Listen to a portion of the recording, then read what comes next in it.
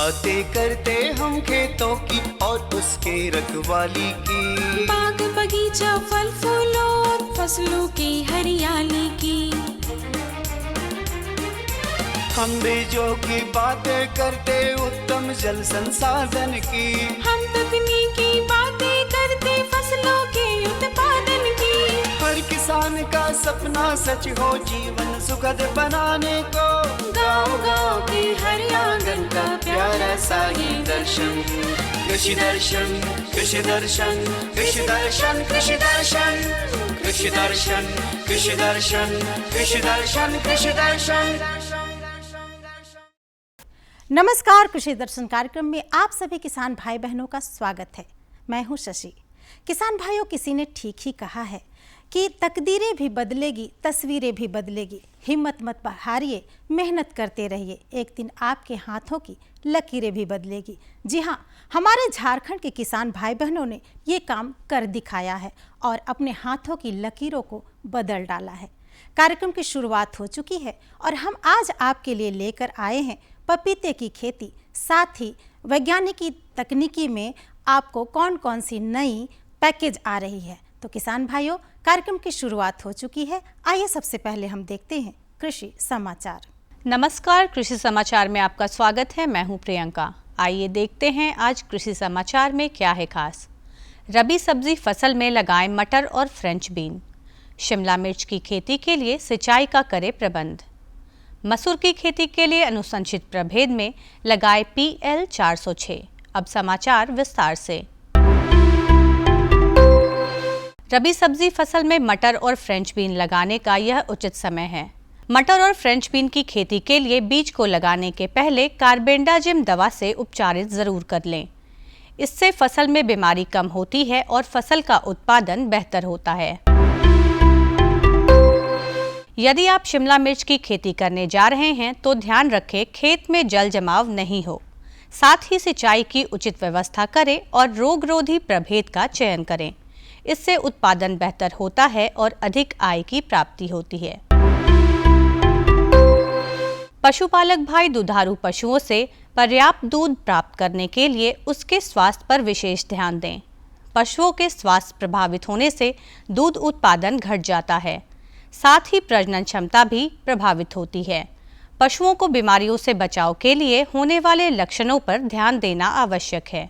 किसान भाइयों, देखिए, दुधारू पशुओं के लिए स्वास्थ्य बहुत ही जरूरी चीज़ है। थोड़ा सा भी उनको स्वास्थ्य में इधर उधर बदलाव होगा तो उनका दूध उत्पादन घट जाएगा, प्रजनन क्षमता में कमी हो जाएगी, वो जल्दी हीट में नहीं आएगी, अगला ब्यात में उनको प्रॉब्लम होगा। इसलिए किसान भाई, अपने आप से आपको कुछ लक्षण को पहचानना है कि आपको जानना होगा कि आपका जानवर बीमार है या नहीं है। उसका आप गोबर पर ध्यान दीजिए, जो ये पेशाब कर उस पर ध्यान दीजिए, उसका जो मूवमेंट है, चाल ढाल, उस पर ध्यान दीजिए। किसी तरह का रक्तस्राव तो नहीं है या किसी तरह का उनसे पानी या पस तो वहाँ के किसी तरह से तो नहीं आ रहा, वो सब चीज़ों आपको ध्यान देना होगा। दलहनी फसल मसूर की खेती से अधिकाधिक उत्पादन लेने के लिए 30 किलोग्राम बीज प्रति हेक्टेयर लगाएं। कतार से कतार की दूरी 25 सेंटीमीटर और बीज से बीज की दूरी 8 सेंटीमीटर रखें। बेहतर उत्पादन के लिए अनुशंसित प्रभेद में PL 406, PL 639, KLS 218 लगाएं। मसूर की खेती के लिए 2 से 3 बार देसी हल से खेत की अच्छी तरह जुताई करके पाटा चला दें। अगात खरीफ की फसल और धान काटने के बाद मध्यम जमीन में मसूर की खेती करें। बुआई से पहले बीज को राइजोबियम क्लचर से उपचारित जरूर करें। किसान भाई धान और गेहूं की कटाई के लिए self propelled vertical conveyor ripper नामक कृषि यंत्र का प्रयोग कर सकते हैं। इसकी कार्यक्षमता 1.5 एकड़ प्रतिदिन है।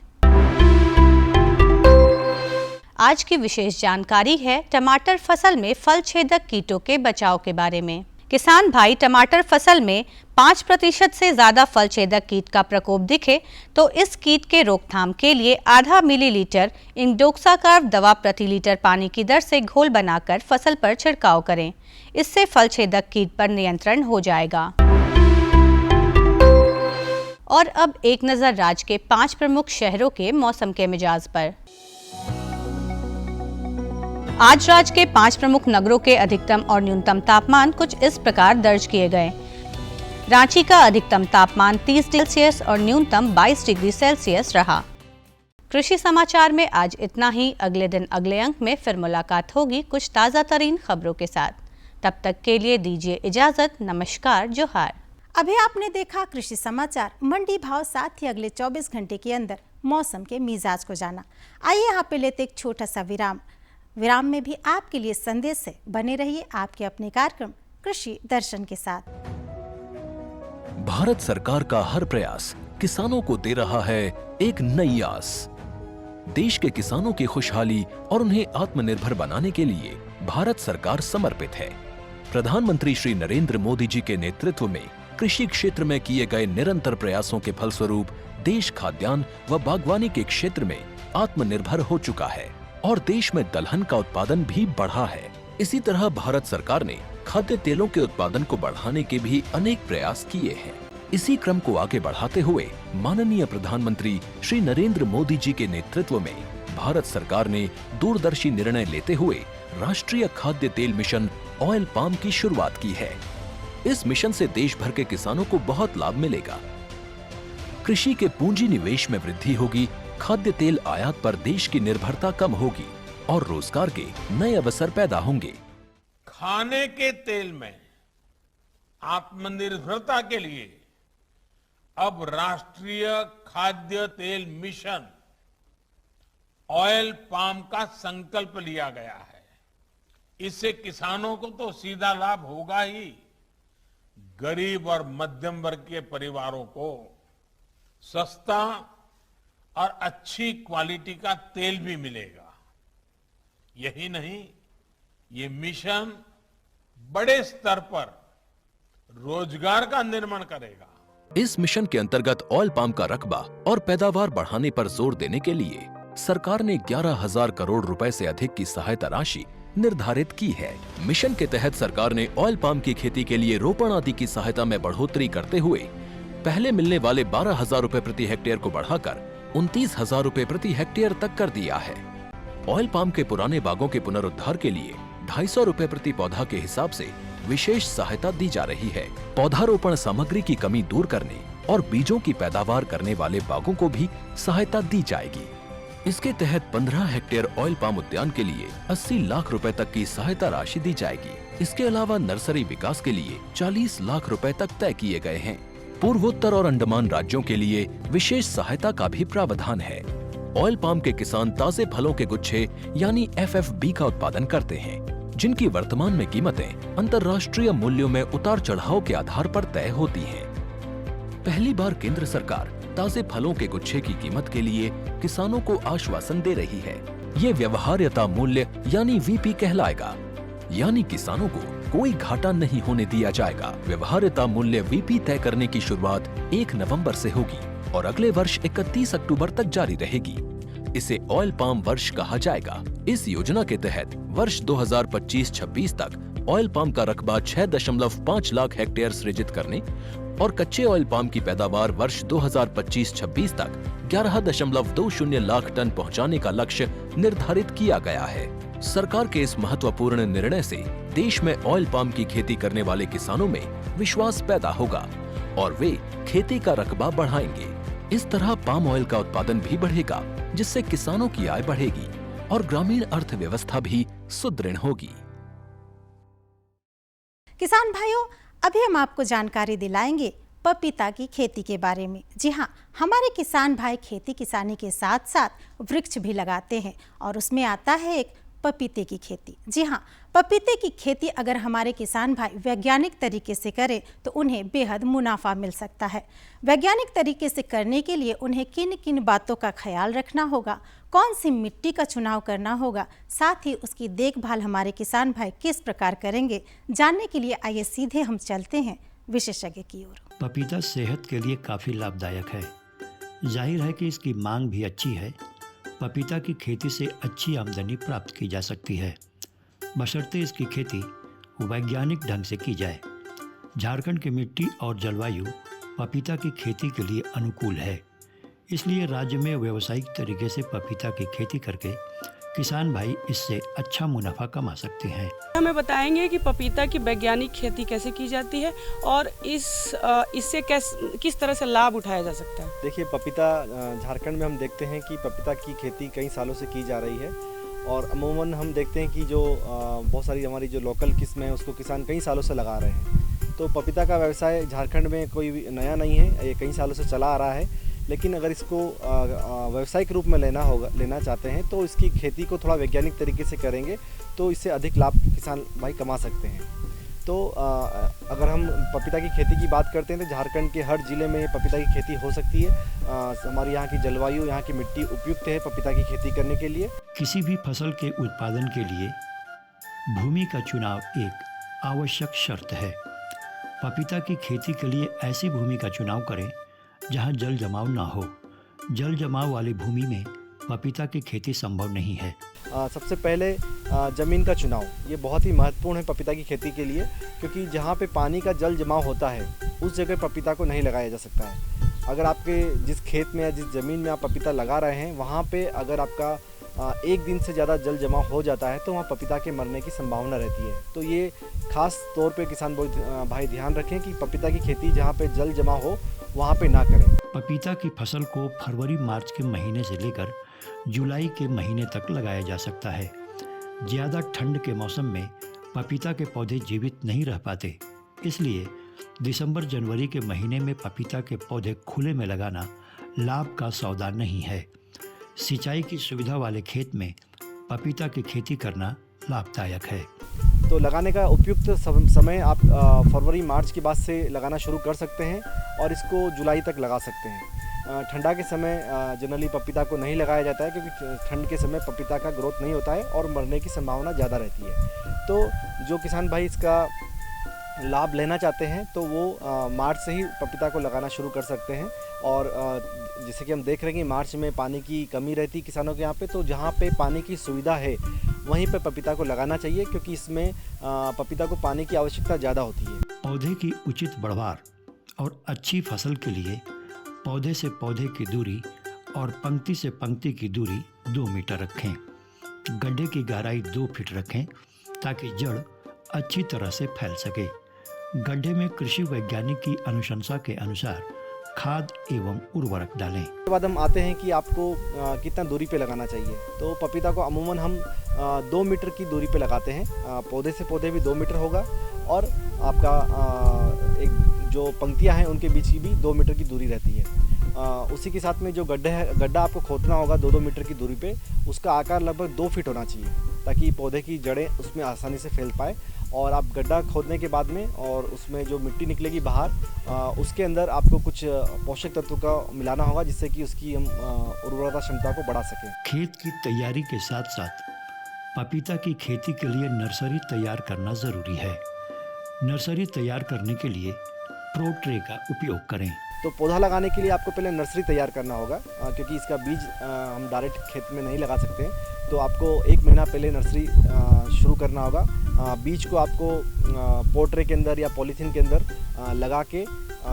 लगाना होगा और उस लगभग आपका जो अंकुरण है वो 12 से 15 दिन में आ जाता है और अंकुरण के बाद में लगभग 25 से 30 दिन पौधा को बड़ा होने में लगता है। तो उसके बाद लगभग 1 से 1.5 फीट का पौधा आप खेत में लगा सकते हैं। पपीता की कई किस्में बाजार में उपलब्ध हैं। कृषि वैज्ञानिक स्थानीय प्रजातियों की अनुशंसा करते हैं क्योंकि इनमें कीड़े कम लगते हैं और रखरखाव के लिए खास मेहनत की ज़रूरत नहीं पड़ती है।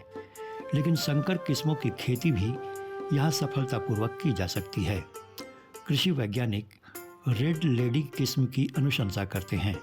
किसान भाई विश्वसनीय दुकान या संस्था से ही बीज या पौधे खरीदें। उसी के साथ में अभी मार्केट में बहुत सारी हाइब्रिड किस्में भी आ गई हैं जिसको आप लोग लगा सकते हैं। हाइब्रिड किस्म का फ़ायदा ये है कि इसमें सभी पेड़ में आपका मादा फूल आएगा और थोड़ा सा इसमें देखेंगे कि कमी ये है कि इसमें आपको रख रखाव थोड़ा ज़्यादा रखना पड़ेगा, क्योंकि इसमें जो बीमारी है, कीड़े हैं, बहुत जल्दी लगते हैं। तो किसान भाई अगर उचित प्रबंधन करते हैं तो इसमें आप कीड़ा बीमारी को रोकथाम कर सकते हैं। और प्राइवेट कंपनी की वैरायटीज़ कुछ है, जिससे आपका नोनो सीड्स की रेड लेडी जो आता है पिंक कलर का, उसका फ्लैश रहता है, उसको लगा सकते हैं।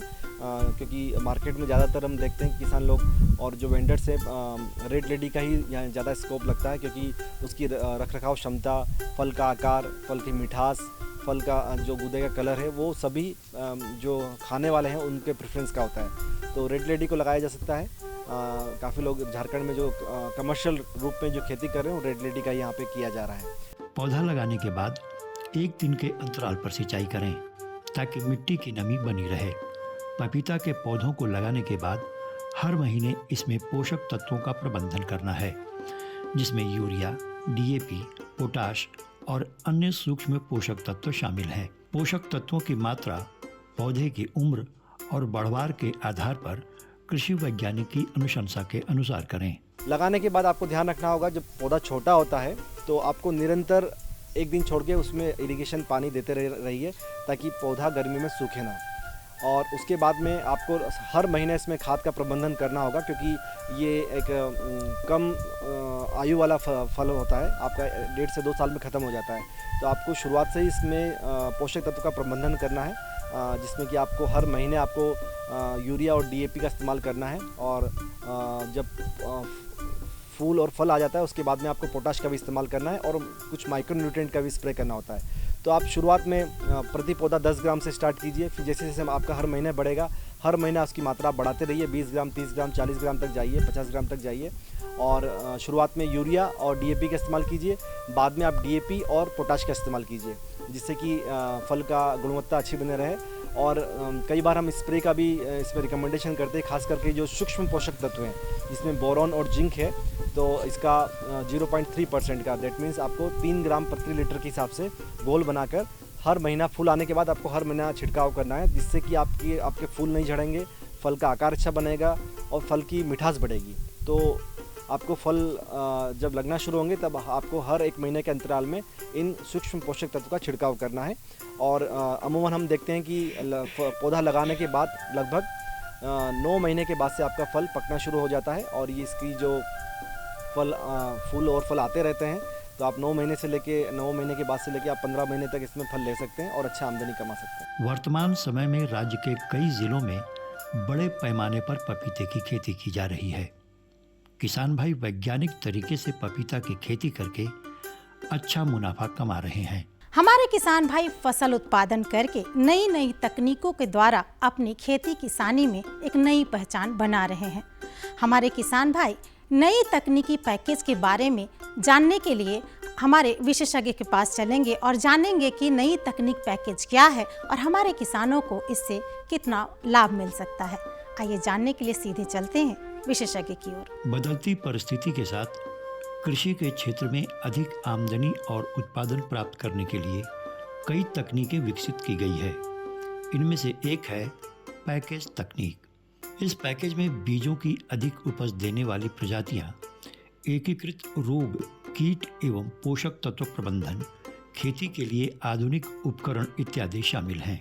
किसान भाई जब भी आप कोई फसल लगाते हैं तो फसल लगाते हैं कि उससे उसका उपज बढ़े, उसका उत्पादन बढ़े, ज़्यादा से ज़्यादा पैदावार हो, जिससे हमको ज़्यादा से ज़्यादा मुनाफा हो। अभी तक हमारे किसान जो हैं वो परंपरागत तरीके से खेती कर रहे हैं, जैसे बिचड़ा उत्पादन हो गया या आपको जो है सिंचाई की व्यवस्था हो गया। तो इन सारे में नए नए तकनीक आए हैं जिसको किसान अगर अपनाते हैं तो उससे उसकी उपज दर बढ़ेगी, उनकी पैदावार बढ़ेगी और किसान खुशहाल होंगे। फसल उत्पादन में बीज की सर्वाधिक महत्वपूर्ण भूमिका होती है, इसलिए पैकेज तकनीक में उत्तम गुणवत्ता वाले बीजों को काफ़ी महत्व दिया जाता है। किसान भाई इसके लिए विश्वसनीय संस्था से उन्नत बीज खरीदें तथा बीजों की शुद्धता पर ध्यान दें। तो अगर हम उन्नत नई तकनीक की अगर हम बात करते हैं तो तकनीक में सबसे पहले अगर आप फसल उत्पादन करते हैं तो उसमें आता है बीज, शुद्ध बीज, वैसा बीज, उन्नत बीज जो रोगरोधी हो, शुद्ध बीज हो, जिसमें अन्य जो है कचरा नहीं हो, उस तरह का बीज जो है। तो किसान भाई जब भी आप बीज खरीदें तो वैसे संस्थान या प्रतिष्ठान से खरीदें जहाँ पे आपकी विश्वसनीयता हो, कहें कि फसल का शुरुआत बीज से ही होता है। अगर आपके पास अच्छा बीज नहीं होगा तो आपका अच्छा उत्पादन नहीं होगा। तो अच्छा उत्पादन के लिए जो है शुद्ध बीज, उन्नत प्रभेद जो का चुनाव करना किसानों को बहुत ज़्यादा जरूरी है। पारंपरिक ढंग से खेती करने वाले किसान मिट्टी में बिचड़ा तैयार करते हैं, लेकिन कृषि वैज्ञानिक प्रो ट्रे में बिचड़ा उत्पादन की तकनीक को बेहतर बताते हैं। इसमें बीज कम लगता है और पौधों की मृत्यु दर भी काफ़ी कम होती है। इस तकनीक से पौधों में मिट्टी जनित बीमारियां कम लगती हैं। बिचड़ा तैयार करने का ये आसान तरीका है। बिचड़ तैयार करने का उन्नत तकनीक की अगर हम बात करते हैं तो प्रो ट्रे नर्सरी जो है एक ऐसा तकनीक है जिसमें किसान जो है कम लागत में अच्छा जो है स्वस्थ बिचड़ा उत्पादन कर सकता है। ये प्रो ट्रे नर्सरी कैसे काम करता है? इस ट्रे, ये जो प्लास्टिक का ट्रे होता है और इसमें जो है मिट्टी का अंश नहीं होता है, इसलिए सबसे पहले जो समस्या है मिट्टी जनित जो बीमारी आपके जो है बिचड़ा में आता है, जो आप तैयार करते हैं उसमें जो है मिट्टी जनित बीमारी से पौधा जो है मरता है, तो वो नहीं आएगा। तो इसमें दो अलग अलग चीज़ होता है, एक केचुआ खाद, एक जो होता है कोकोपीट। ये कोकोपीट नारियल का बुरादा होता है जो जमाया हुआ रहता है, इसको जो है तोड़ के जो है पानी में फुलाते हैं और उसके बाद निचोड़ के जितना मात्रा में कोकोपीट है उतना मात्रा में केचुआ खाद को मिलाते हैं और उस ट्रे में भरते हैं। ये ट्रे में खाना बना हुआ रहता है और उसी खाने में जो है हम पहले भर लेते हैं, उसको दबा के एक एक बीज डालते हैं। कृषि कार्य के लिए पानी एक महत्वपूर्ण आदान है। विगत कुछ वर्षों से भूजल स्तर में लगातार गिरावट आई है, जिस कारण सिंचाई के लिए पर्याप्त पानी नहीं मिल पा रहा है। कृषि की पैकेजिंग प्रणाली के तहत कृषि वैज्ञानिक सूक्ष्म सिंचाई विधि की अनुशंसा करते हैं, जिसमें ड्रिप इरिगेशन महत्वपूर्ण है। सिंचाई के लिए जो है हम जो है परंपरागत तरीका से जो सिंचाई करते हैं उसमें पानी का बहुत ज़्यादा बहाव हो जाता है, ज़्यादा खर्च होता है। तो कम पानी में कैसे करेंगे, इसके लिए सूक्ष्म सिंचाई विधि, जिसमें टपक सिंचाई विधि, फव्वारा सिंचाई विधि है, इस विधि का प्रयोग करके आदमी किसान जो है कम पानी में अच्छा फसल ले सकता है। टपक सिंचाई विधि में क्या होता है, पाइप के सहारे से जो है पानी जो है पौधे की जड़ के पास जाता है, हाँ, और बूंद बूंद कर पानी गिरता है, जिससे जो है कम पानी में जो है फसल का अच्छा पैदावार होता है, क्योंकि पौधा के जड़ के पास पानी गिरता है। फसल की बढ़वार में खरपतवार एक बड़ी बाधा है।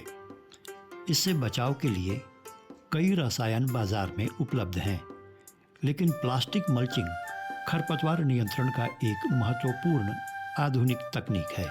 प्लास्टिक मल्च का उपयोग सबसे ज़्यादा किस में करते हैं, खरपतवार के नियंत्रण में। कोई भी फसल अगर आप लगाते हैं तो खरपतवार सबसे ज़्यादा फसल को नुकसान पहुंचाता है। तो अगर इसका मल्च कर देते हैं, प्लास्टिक मल्च जो है 25 माइक्रोन 50 माइक्रोन का आता है।